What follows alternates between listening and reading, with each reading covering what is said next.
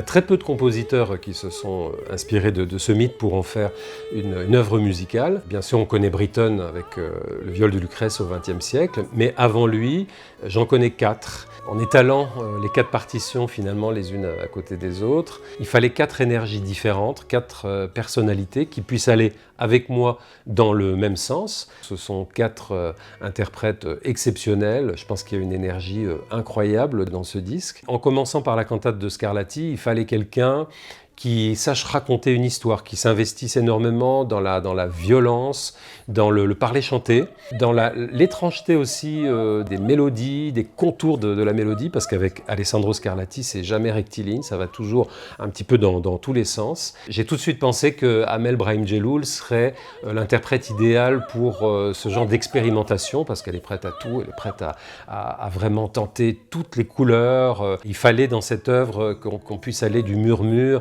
jusqu'au hurlement. C'est vraiment très baroque, cet art de Scarlatti.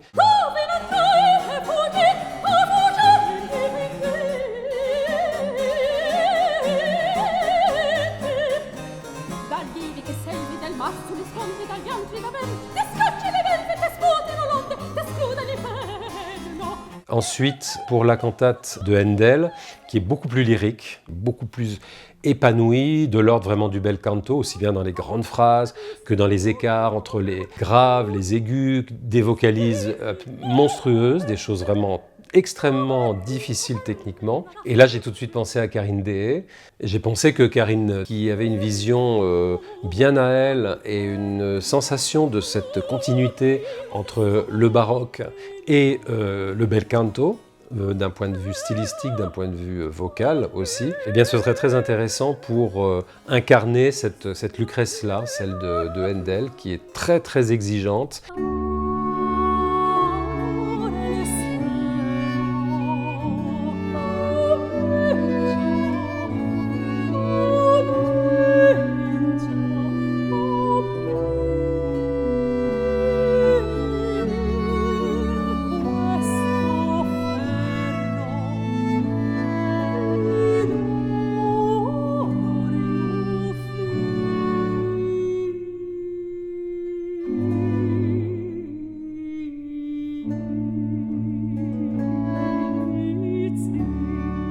Pour la cantate de Marcello, alors là, je dirais que c'est un ovni.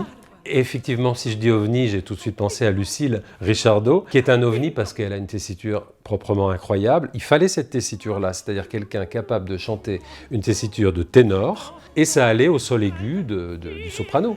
Et donc j'ai tout de suite pensé à Lucille parce que cette œuvre très très difficile musicalement demandait un timbre très particulier, ce timbre androgyne que peut avoir Lucille dans le grave, et aussi ce timbre de mezzo-soprano très brillant qu'elle a dans l'aigu. Cette facilité de flirter avec l'étrangeté qu'elle a beaucoup, qu'elle cultive d'une façon extraordinaire et qui convient très bien, à mon avis, à cette musique de Marcello qui est quand même tout à fait singulière dans toutes les audaces qu'elle peut déployer.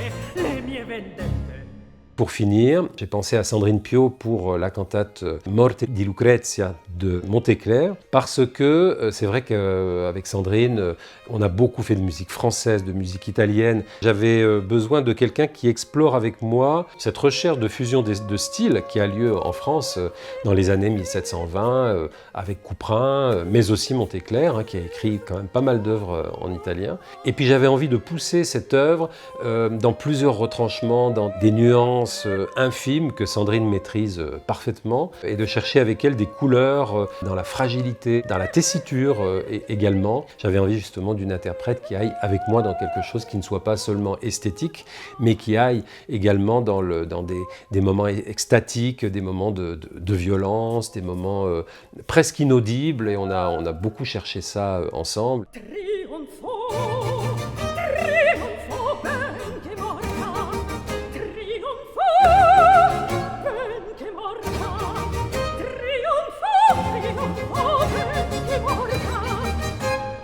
C'est très rare quand même d'aborder un thème aussi gênant, aussi fort, bouleversant. Je pense que chacune s'est vraiment approprié cette histoire en pensant justement en quoi ça éveille aussi notre émotion aujourd'hui. Donc entre hier, entre des œuvres de 300 ans à aujourd'hui, la résonance qu'elles peuvent encore avoir.